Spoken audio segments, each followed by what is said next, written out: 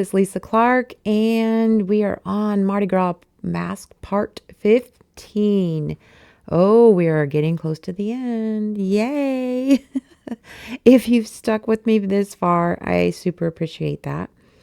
There were times I wanted to walk away from this mask, but you get so far into it, you gotta finish it. So what you see me doing is using, I believe this is the charcoal black, and I am trying to mute down the brightness on this side of the mask because I had made it a tad bit too bright.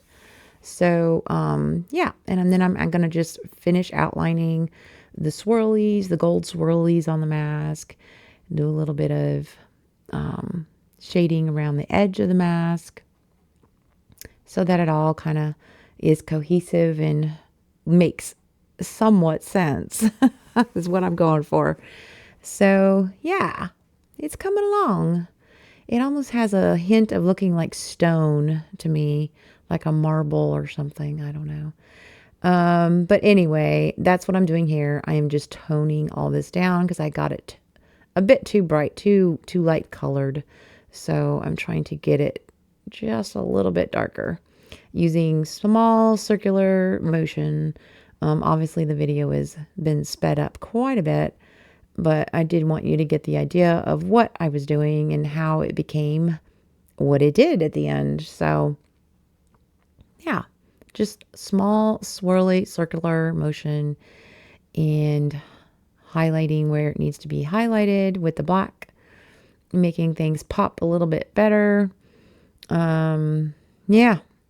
I really wanted a distinct shadow underneath the bottom edge of this mask so that you can tell that it is separate from the face.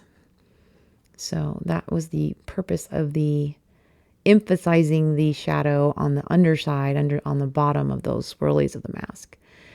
And then just going around and doing small little details, picking up where I need to put a little more shadow effect here and there. Yep.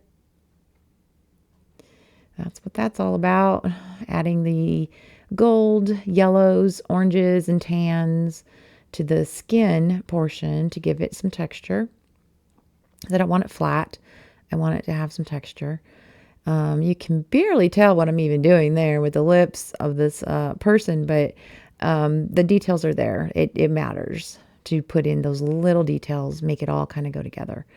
So a little bit more of that golden tan of the Carbothello soft pastel pencil, just kind of picking it up here and there, making it imperfect because that makes it perfect. So yeah, and then I'll smudge it with my hand, with my finger, I'm sorry, and just kind of make it kind of, I don't know, just blend a little bit. I want some of it to pop, but then the other parts I kind of want smudged almost. And I did forget to add this little part of the crack of the mask, so I'm putting it in now. No big deal. Pastel goes fine and charcoal goes fine right over other layers of the pastel. So no problem if you want to change something. It will do it. You can put layers right over it. So yeah. Oh, and then I decided the black in the eye on this side just wasn't dark enough. So I grabbed my Pan Pastel real quick and just kind of reiterated that this is supposed to be really dark. I don't want you to really see any variance of color. I just want black.